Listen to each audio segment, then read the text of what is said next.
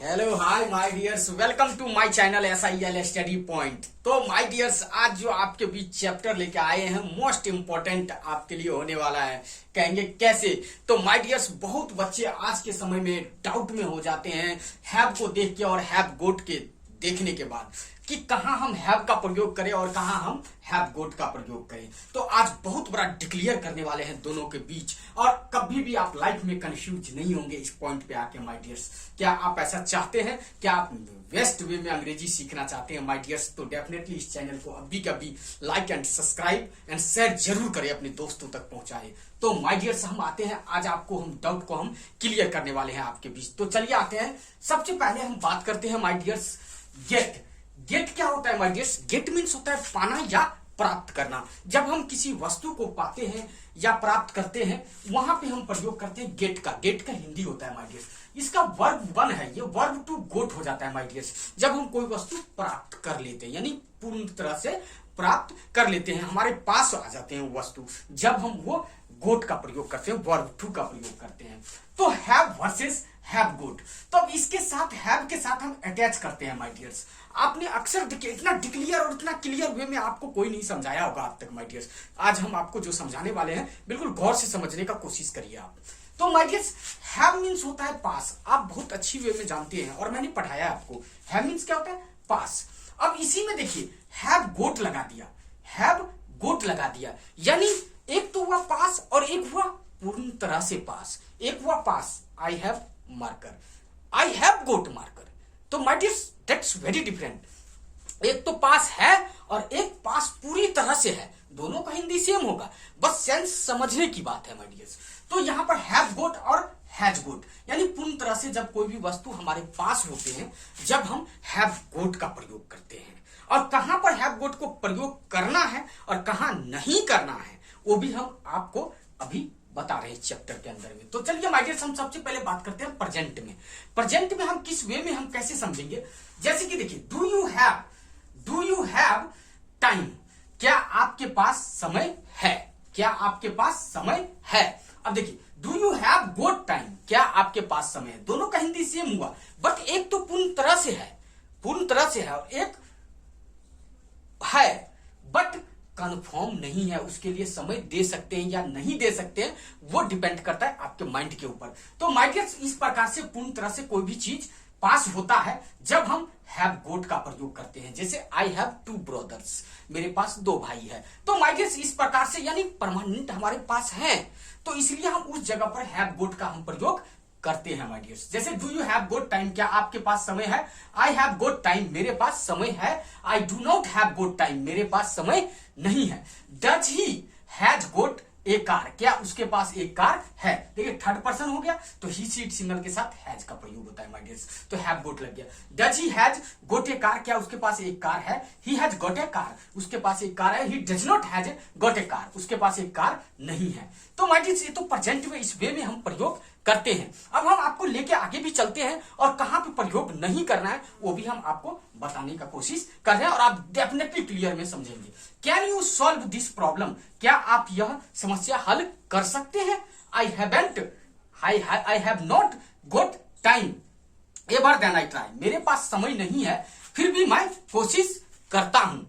अब my dears, ये एक तो हो गया यूज करने की शब्द, हो गया कम्युनिकेशन के वार्तालाप के जगह पे हम बोल सकते हैं इसको। जैसे कोई भी हमारे पास परेशानी होती है, समस्या होती है, तो हम बोल सकते हैं can you solve this problem? क्या आप यह समस्या हल कर सकते हैं? तो कर सकते हैं तो बोल सकते हैं, अदरवाइज आप कुछ भी नहीं हो सकता है आपसे, या आपके पास टाइम नहीं है, जब हम इस तरह के प्रयोग कर सकते हैं। I have not got A time, मेरे पास समय नहीं है। एवर देन आई ट्राई, मेरे पास समय नहीं है फिर भी मैं कोशिश करता हूं।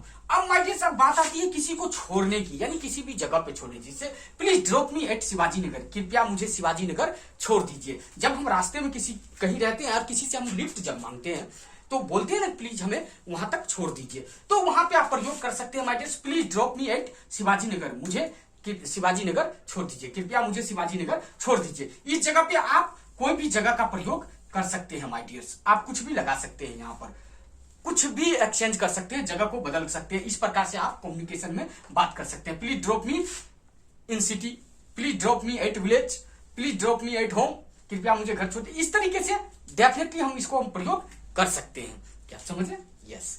Please drive your uncle to railway station, कृपया अपने चाचा को रेलवे स्टेशन छोड़ दीजिए। तो माय डियर्स यहाँ पर क्या होता है, please drive your uncle to railway station. इस जगह पे आप अंकल के जगह फादर, पेरेंट्स, भाई, बहन, कुछ भी आप लगा के बोल सकते हैं, कृपया वहां छोड़ दीजिए। तो इस तरीके से तो माय डियर्स हम इसे प्रेजेंट में हैव गोट का मोस्ट इंपोर्टेंट ये है हैव गोट। तो अब हम इसको प्रयोग हैव गोट का कहां नहीं करना है और कहां करना है, उस चीज को बिल्कुल इजी वे में आपको समझना पड़ेगा। और जब तक वो समझेंगे नहीं, आप बना नहीं पाएंगे वो आपके, और आप कंफ्यूज होंगे और आपके लिए बेड हो जाएगा माय डियर्स। तो ऐसा नहीं चाहेंगे। जैसे देखिए पास्ट में हम आते हैं, did you have a house, I have a got, got लगाएंगे my dear, got a house. I had a house, I did not have got a house, did he has got a pen, he had a pen, he did not hatch एक pen. My dear समझने का कोशिश करना है। अब past में देखिए, did you have got a house, क्या आपके पास एक घर था? कोई वस्तु पास था, यानी पास्ट की हम बात कर रहे हैं, भूतकाल की बात कर रहे हैं। Did you have got a house, क्या आपके पास एक घर था? आई हैड ए हाउस। अब आप कहेंगे कि सर आपने यहां गोट क्यों नहीं लगाया? रीजन माय डियर्स, जहां पर पास्ट में जब भी हम एफर्मेटिव में आंसर देंगे वहां पर हैव गोट नहीं लगाएंगे। अगर गोट लगाते हैं माय डियर तो ये गलत कर दिया जाएगा। तो इसलिए ये आई हैड ए हाउस, मेरे पास एक घर था, ओनली ये आंसर इसका बनेगा माय डियर्स। ये आपको हमेशा माइंड में सेट रखना है। I did not have got a house, मेरे पास एक घर नहीं था। Did he has got a pen, क्या उसके पास एक कलम था? ही हैड ए पेन, उसके पास एक कलम था। He did not has a pen, उसके पास एक कलम नहीं था। इस तरीके से माय डियर्स हम पास्ट में बनाते हैं और इसी वे में हम सेम चलते हैं आगे, हम फ्यूचर भी हम इसको बनाते हैं माय डियर्स। आपको बिल्कुल इस वे में कोई भी प्रॉब्लम नहीं होना चाहिए माय डियर्स। फ्यूचर में हम प्रयोग करते हैं will you have got a book, I will have got a work, I will not have got a book, will he has got a bike, he will has got a bike, he will not has got a bike।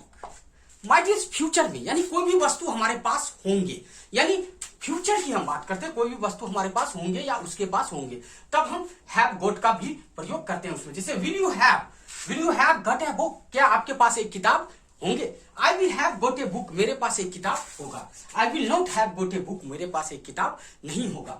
Will he has got a bike, क्या उसके पास एक motorcycle होंगे?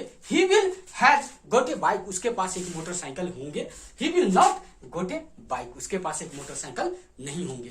तो my dear इस वे में have और have got का हम प्रयोग करते हैं। अब आप समझ गए होंगे कि हैव का प्रयोग भी वही होता है और हैज का भी वही होता है। अंतर क्या होता है? पूर्ण तरह से कोई भी वस्तु हमारे पास होता है जब हम उसमें हैव गोट का प्रयोग करते हैं। माय डियर्स इसमें अगर कोई डाउट हो तो I am ready always for you my dears, all doubts I will clear definitely.